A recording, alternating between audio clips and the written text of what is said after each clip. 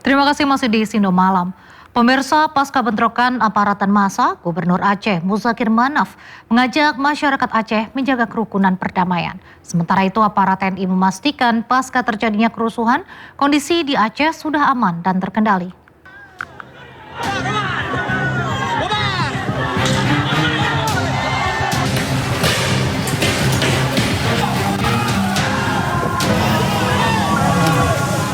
Pasca terjadinya kericuhan saat peringatan Hari Damai Aceh atau HDA ke-21, Gubernur Aceh Muzakir Manaf angkat suara. Selain menyampaikan ucapan selamat atas peringatan Hari Damai Aceh, Muzakir juga mengajak seluruh masyarakat Aceh menjaga kerukunan dan perdamaian. Saya Muzakir Manaf, Gubernur Aceh mengucapkan selamat memperingati Hari Damai Aceh yang ke-21. Semoga perdamaian yang telah kita raih terus kita jaga dan rawat untuk kita mewariskan kepada generasi penerus. Mari kita bersama membangun Aceh yang bermartabat, adil, sejahtera, dan damai. Sementara itu, menurut Kepala Staf Kodim 0101 Banda Aceh Letkol Infanteri Muhsin, seluruh rangkaian acara zikir peringatan Hari Damai Aceh ke-21 telah selesai. Walaupun sempat jadi kericuhan, namun Muhsin memastikan situasi dapat dikendalikan dan sudah kondusif. Banda Aceh, kota Banda Aceh, sekitarnya dalam keadaan kondusif dan aman. Tadi kami sholat bersama di masjid dengan masyarakat, dengan tempo maupun dari kepolisian, semua dalam keadaan aman.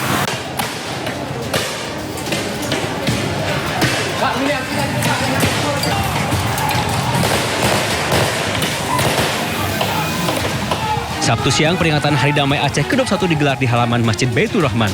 Awalnya peringatan berlangsung aman, namun tiba-tiba sekelompok massa datang untuk berorasi.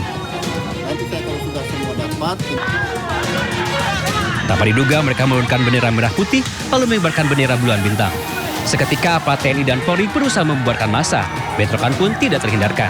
Sejumlah warga ditangkap, namun kini sudah dibebaskan.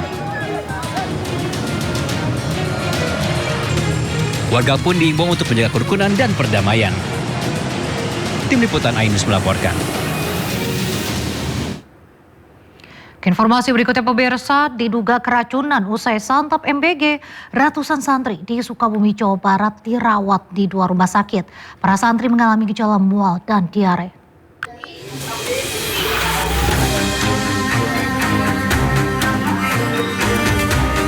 ...134 santri Pondok Pesantren Baiti Janati, Kelurahan Cigundul, Kota Sukabumi, Jawa Barat, dirawat di sejumlah rumah sakit. Sebanyak 80 santri dirawat di RSUD Al-Muk, sementara 57 santri dirawat di RSUD R. Samsudin SH.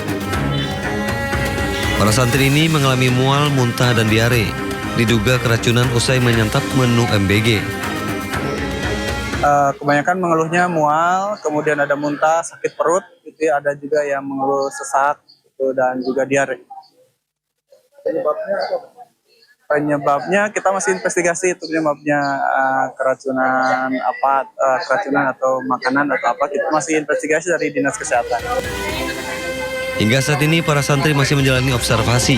Sementara sampel makanan yang dikonsumsi para santri telah dibawa ke laboratorium untuk dilakukan pemeriksaan lebih lanjut. Dari Sukabumi, Jawa Barat, Budi Setiawan, iNews melaporkan. Ratusan pelajar dan sejumlah guru di Brastagi, Kabupaten Karo, Sumatera Utara juga diduga mengalami keracunan usai mengonsumsi makan bergizi gratis atau MBG. Terkait ini, Badan Gizi Nasional langsung melakukan investigasi dan mencopot Kepala Dapur SPPG.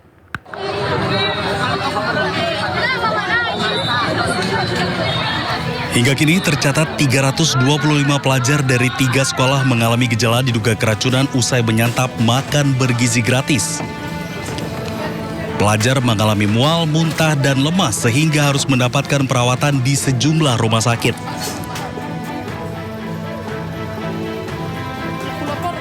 Bupati Karo, Antonius Ginting, menyebut sejauh ini tidak ada korban yang mengalami kondisi parah. Namun jumlah korban masih berpotensi bertambah karena sejumlah pelajar baru mengalami gejala setelah tiba di rumah. Jadi dari 255 anak sekolah yang kemungkinan, ini baru kemungkinan gejala keracunan, ini semuanya tidak ada yang mengkhawatirkan. Semuanya udah kami lihat satu persatu. Jadi ini berita baik. Kalaupun ada sesuatu kejadian, berita baiknya adalah semua anak-anak kita dalam keadaan baik-baik dan tidak ada masalah yang serius. Semuanya sudah tertangani dengan baik.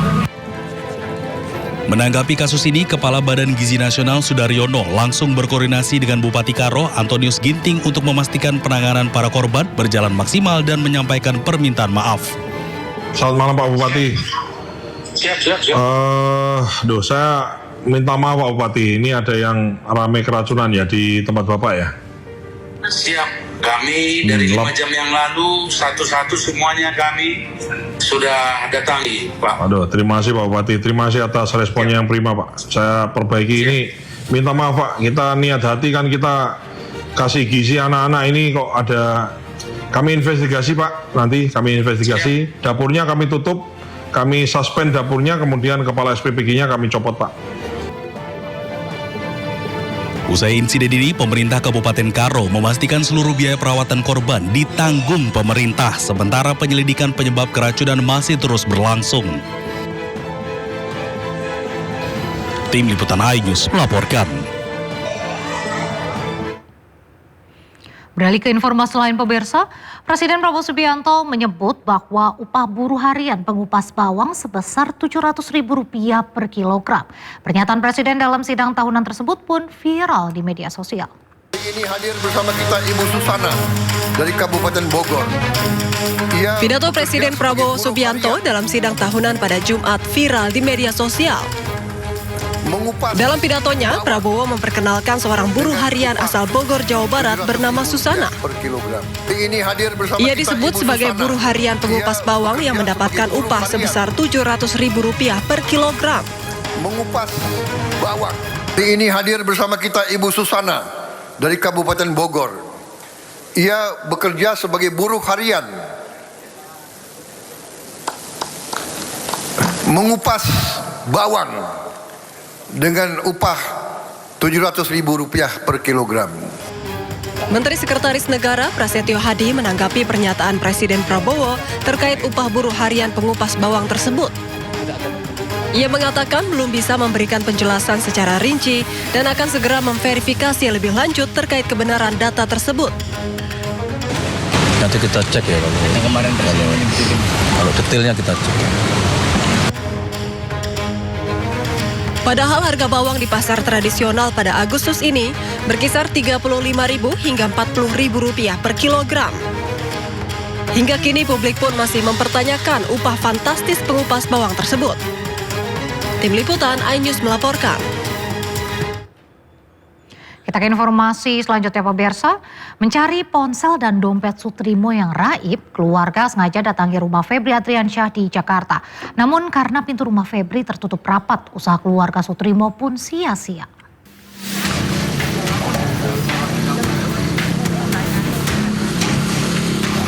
Bersama pengacaranya, keluarga almarhum Sutrimo sengaja mendatangi rumah Febri Adriansyah di Jakarta Selatan. Kedatangan mereka guna mencari barang-barang pribadi milik almarhum Sutrimo yang belum dikembalikan kepada keluarga. Selain ponsel dan dompet, barang milik almarhum Sutrimo yang hendak diambil adalah pakaian, surat-surat penting hingga KTP. Namun lantaran pemilik rumah tidak membukakan pintu, usaha keluarga pun sia-sia. Sebelumnya, pengacara Sutrimo sempat mempertanyakan keberadaan ponsel dan dompet milik Sutrimo. Barang-barang tersebut dinilai penting untuk mencari keterangan terkait kematian Sutrimo. Karena memang kejanggalan-kejanggalan yang dulunya cuma kenapa sih mereka yang ngantar jenazah nggak mau nunggu dulu, nggak ngasih identitas, lalu datangnya kenapa mepet banget, perjalanannya itu kan baru pertanyaan-pertanyaan kenapa HP-nya sampai sekarang tidak pernah diantar. Akhirnya terjawab dengan tadi ada fakta yang disembunyikan oleh pengantar jenazah, yaitu satu, ada dokumen surat yang tidak pernah sampai kepada keluarga. Sebelumnya, Sutrimo, orang dekat ex-Jampitsus Febri Adriansyah, tewas dengan mulut berbusa. Kematian yang berdekatan dengan kasus Febri Ardiansah timbulkan kecurigaan. Polisi akhirnya membongkar makam Sutrimo untuk lakukan ekshumasi. Kasus ini pun telah naik ke penyidikan dengan dugaan pembunuhan atau pembunuhan berencana. Tim Liputan iNews melaporkan.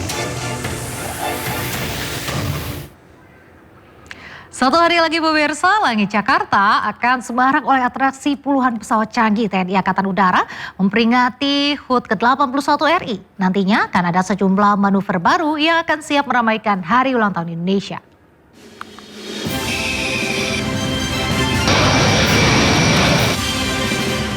Atraksi udara puluhan pesawat canggih milik Republik Indonesia menjadi momen yang ditunggu-tunggu saat peringatan kemerdekaan RI di Istana Merdeka.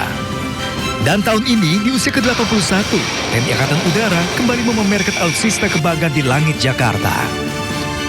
Sejumlah persiapan terus dimatangkan melalui sejumlah gladi di landasan udara Halim Perdana Kusuma. Nantinya di HUT ke-81 RI, sejumlah atraksi flypass hingga akrobatik udara akan disuguhkan. Puluhan penerbang TNI terlatih akan ikut terlibat dalam manuver pesawat membentuk formasi khusus di udara. Nantinya sebanyak 81 alutsista udara terlibat dalam atraksi flypass HUT ke-81 RI, termasuk penampilan perdana jet tempur terbaru Dassault Rafale. Ada beberapa manuver yang berbeda, diikuti juga dengan kesiapan pesawat yang dimiliki oleh TNI AU, di mana kita sudah diperkuat dari A400 maupun Rafale, sehingga manuver maupun formasi yang dilaksanakan cukup berbeda dari tahun lalu, dan ada penambahan beberapa manuver-manuver yang cukup signifikan, terutama untuk kegiatan di Hajiton maupun formasi dengan pesawat baru yaitu A400 maupun Rafale. Kemudian tantangan sendiri untuk cuaca memang cukup menjadi concern kita, baik itu visibility, karena ketika cuaca tidak baik, visibility menurun, maka akan cukup sulit kita akan melaksanakan kegiatan flypass. Kehadiran Rafale menjadi salah satu hal yang dinantikan. Tak hanya bagi pecinta dirgantara, besok masyarakat Indonesia akan diberikan kesempatan menyaksikan seluruh atraksi pesawat dalam menjaga langit Indonesia. Dari Jakarta, Tim Liputan iNews melaporkan. 76 anggota pasukan pengibar bendera pusaka Paskibraka 2026 dikukuhkan di Istana Negara Jakarta. Seluruh anggota Paskibraka ini akan bertugas pada upacara HUT ke-81 RI di Istana besok.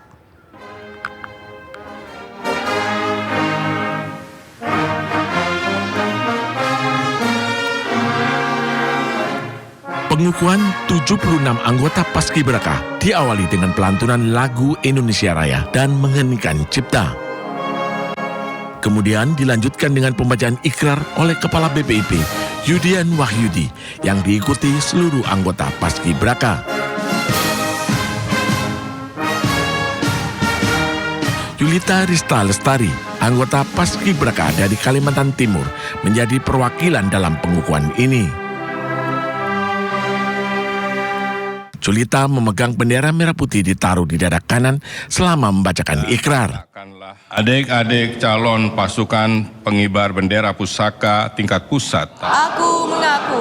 Bertumpah darah satu. Bertumpah darah satu. Tanah air Indonesia. Tanah air Indonesia. Hadir dalam pengukuhan Mensesnek Prasetyo Hadi, Menko Polkam Jamari Kaniagu, Mendiktek Saintek Brian Yuliarto, dan Seskap Teddy Indra Wijaya. Hadir juga Panglima TNI Jenderal Agus Subianto, Kapolri Jenderal Listio Sigit Prabowo, Wakil Panglima TNI Jenderal Tandi Budi Revita, serta jajaran pimpinan BPIP. Sebagai tanda pengukuhan Paskibraka, Gibran secara simbolis menyematkan rencana merah putih Garuda dan pemasangan kendit kepada pemimpin upacara. Pengukuhan selesai dan diakhiri dengan ucapan selamat dari seluruh pihak yang hadir kepada 76 anggota Paskibraka.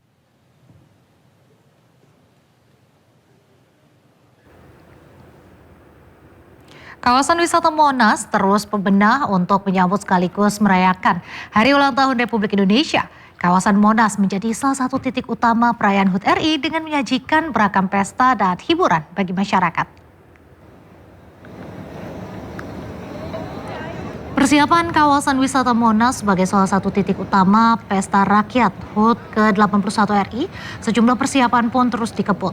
Mulai dari panggung hiburan, booth-booth UMKM, dan rangkaian dekorasi juga terus dipercantik untuk merayakan Hari Ulang Tahun Republik Indonesia. Beragam kegiatan akan diselenggarakan di kawasan Monas, mulai dari perlombaan khas 17-an, permainan anak, panggung hiburan, hingga pertunjukan drone dan pesta kembang api. Seluruhnya disiapkan untuk menghibur masyarakat yang hadir. Selain itu, ratusan UMKM juga turut berpartisipasi dalam perayaan HUT RI besok.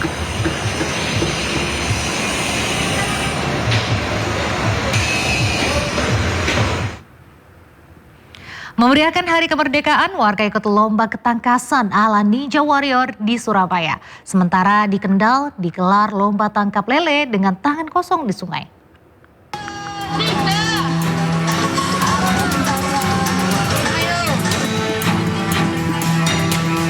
Bergelantungan di tali flying fox hingga berjalan di atas tongkat bambu di sungai, warga Surabaya antusias ikut lomba Agustusan yang berbeda dari biasanya. Peserta juga harus lewati ban bekas yang mengapung, gelantungan di pelepah pisang, hingga kayu sepeda di jembatan papan. Dalam lomba acara Ninja Warrior yang terkenal ini, peserta dituntut kecepatan dan keseimbangan tubuh mereka. Jika gagal, mereka harus basah kuyup karena tercebur ke sungai. Yang lebih menarik, peserta harus memakai kostum unik untuk lewati 5 rintangan berhadiah Rp300.000. Ini kostum hantu kali, bukan hantu rimba. Persiapannya berapa lama? Oh, persiapannya 3 hari. 3 hari buat ini ya? Iya, 3 hari. Dari bahan apa aja nih? Ini dari bahan pertama apa ini? Kayu. Dan banyak dari holo sama suplek. Terus ini tali rafia.